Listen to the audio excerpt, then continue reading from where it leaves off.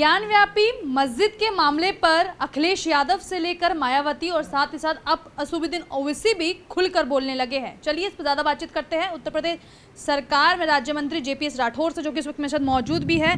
BHU के पूर्व छात्र संघ अध्यक्ष भी रहे हैं, मंत्री भी हैं। और ऐसे में सवाल यही है कि जिस तरीके से टिप्पणियाँ हो रही है, खासकर असदुद्दीन ओवैसी कह रहे हैं कि मस्जिद रहेगी क़यामत से क़यामत तक इंशाअल्लाह, उस पर कोई टिप्पणी करना चाहेंगे आप?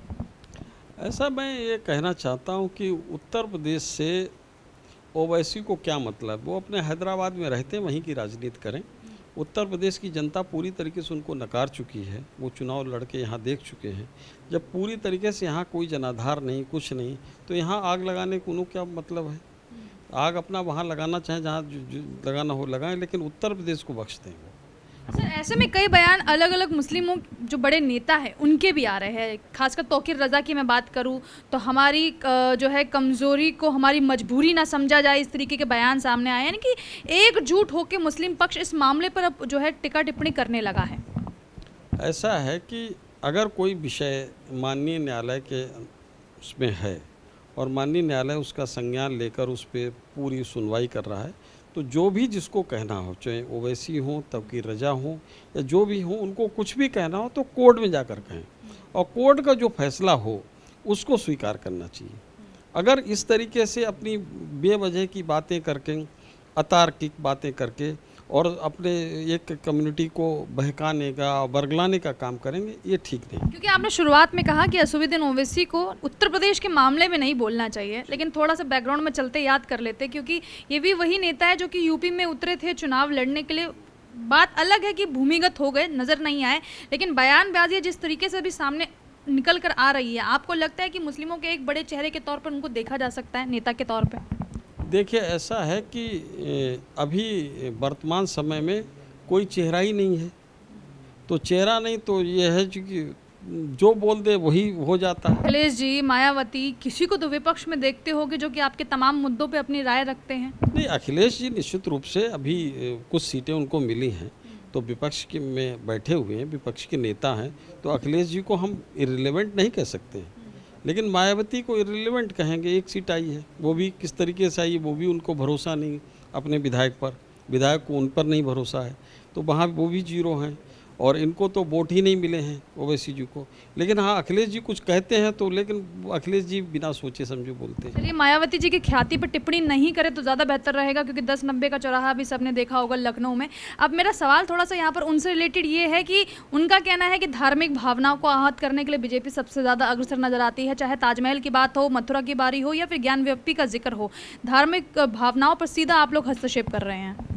नहीं, बीजेपी कहाँ कुछ बोल रही है। बीजेपी, भारतीय जनता पार्टी की तरफ से कोई अधिकृत बयान किसी का आया है कि किसी मुद्दे पर? मैं भी नहीं बोलना चाह रहा, लेकिन आप आके बोल रहे हैं तो मैं उसको कुछ जवाब दूं।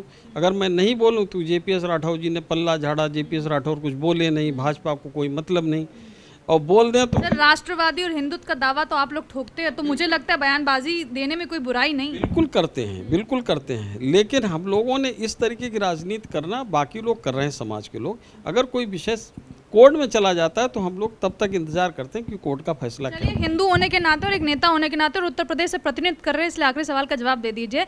शिवलिंग नहीं फवारा है, ऐसी टिप्पणियां शुरू हो गई है, मामला अभी न्यायालय में है। मदरसों को लेकर भी जो है अब नया फरमान भी जारी हो गया है कि अनुदान नहीं मिलेगा। क्या इस चीज़ से आप सहमत है कि ये जो हिसाब अखिलेश यादव की सरकार में था उससे बेहतर हिसाब योगी की सरकार में नज़र आ रहा है? ऐसा है कि वहाँ पर शिवलिंग या फव्वारे का विषय नहीं है, वहाँ पर और बहुत से प्रमाण हैं जिनका मतलब वेरीफाई करना, प्रमाणित करना बहुत आवश्यक है। दीवारों पे किस प्रकार के चित्र हैं, उनको अभी नई टेक्नोलॉजी के माध्यम से बहुत चीज़ों का आकलन किया जा सकता है कि यहाँ पर मंदिर थी कि मस्जिद थी कि कब बनी, क्या हुआ, तो बहुत सी चीज़ों का मतलब वो हो सकता है। और दूसरा ये किस तरीके, हाँ, मदरसे का जो जहाँ तक है, मैं कहना चाहता हूँ मदरसे के लिए कोई चीज़ अभी जिन मदरसों को अनुदान दिया जा रहा है उनको दिया जा रहा है।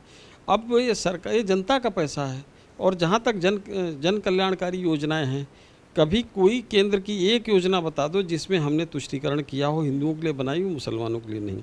चाहे उज्ज्वला योजना हो, प्रधानमंत्री आवास योजना हो, अभी खाद्यान्न वितरण का हो, या सामूहिक विवाह हो, जो भी सर लेकिन आप क्या मानते हैं कि देवबंद में दीनी तालीम बंद हो जानी चाहिए, क्योंकि इस्लाम का सबसे बड़ा केंद्र है देवबंद।